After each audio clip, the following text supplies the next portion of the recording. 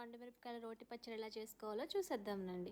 So ముందుగా పండుమిరపకాయలు అన్నిటికీ తొడాలు తీసేసి పక్కన పెట్టుకోవాలి.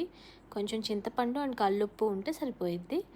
సో మనం రోట్లో ఫస్ట్ పండుమిరపకాయలు వేసుకొని దాంతోపాటు కొంచెం చింతపండు కల్లుప్పు వేసుకొని కచ్చా పచ్చాగా దంచుకొని స్టోర్ చేసుకోవచ్చు అనమాట ఒక బాక్స్లో. మనకి ఎప్పుడు కావాలంటే అప్పుడు కొంచెం కొంచెం క్వాంటిటీ అందులో నుంచి తీసుకొని మిక్సీ పట్టుకొని పోపు తిరగమాత పెట్టి సర్వ్ చేసుకోవచ్చు. సో ఈ వేడి వేడి అన్నంలో ఈ పండుమిరపకాయల పచ్చడి నెయ్యి వేసుకొని తింటే యమ్మీగా ఉంటుంది. ట్రై చేయండి. సో తిరగమాతకి ఏం కావాలో చెప్పలేదు కదా, కొంచెం మెంతులు, ఆవాలు, 2 ఎండుమిర్చి, వెల్లుల్లి, ఇంగువ, పోపు దినుసులు ఇవి ఉంటే సరిపోద్ది. సో ఇది తక్కువ మినిమం ఇంగ్రీడియంట్స్తో త్వరగా రెడీ అయిపోయిద్ది. సో ట్రై చేయండి. Don't forget to subscribe my channel. Bye bye.